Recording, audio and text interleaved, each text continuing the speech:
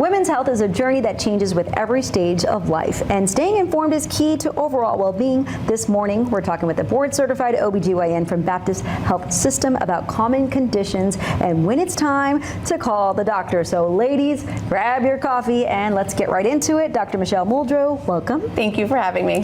So what commonly happens at an annual Well Woman appointment? So at a Well Woman, we typically see our patients once a year, and we kind of assess generally what's been going on. We'll do a physical exam. We kind of see what's going on health-wise. We'll do a pelvic exam, breast exam, and then go over the different screenings that are appropriate for their stage of life. Got it. So we know the annual. Now, what are some other signs and symptoms we should call an OBGYN about? So anything reproductive-wise. So if you're having any vaginal itching, pain, discharge, irregular periods, concern for fertility, concern for STIs, breast masses, pain, discharge, those are more the typical calls that we get or visits. Got it. So any concerns? And what are the biggest health concerns for women?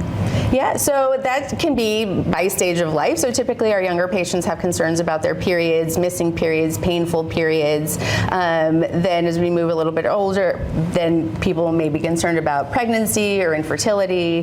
Then it's the screening, the pap smears, mammograms start at age 40. We recommend colonoscopies age 45. Menopause is typically about 50, and then as we get a little bit older, then we're more concerned about osteoporosis. So, different stages of life come with a little bit more priority in different topics. Got it. Now, what is endometriosis and how is that treated? Sure. So endometriosis is when you find the cells that are typically found inside the uterus or the endometrium that sheds during our period outside, which can be associated with a lot of pain, painful intercourse.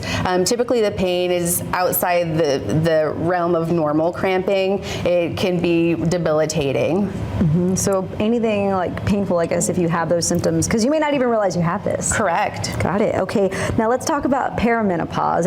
What is it that no one is saying also about menopause that we should know? Yeah. So average age of menopause is about 51, and that's basically a year's worth of no longer having periods, and that can be associated with hot flashes, night sweats, irritability, insomnia, vaginal dryness, painful sex, weight gain, mood issues, feeling a little bit more depressed, and so, but nobody wakes up at 51 and boom, you hit it. So there's a time frame, maybe about 7, even up to 10 years before then, where these hormones start to change because it's a decrease in ovarian function, so you have a decrease in these hormones, and so you might start to sneak into some of these symptoms.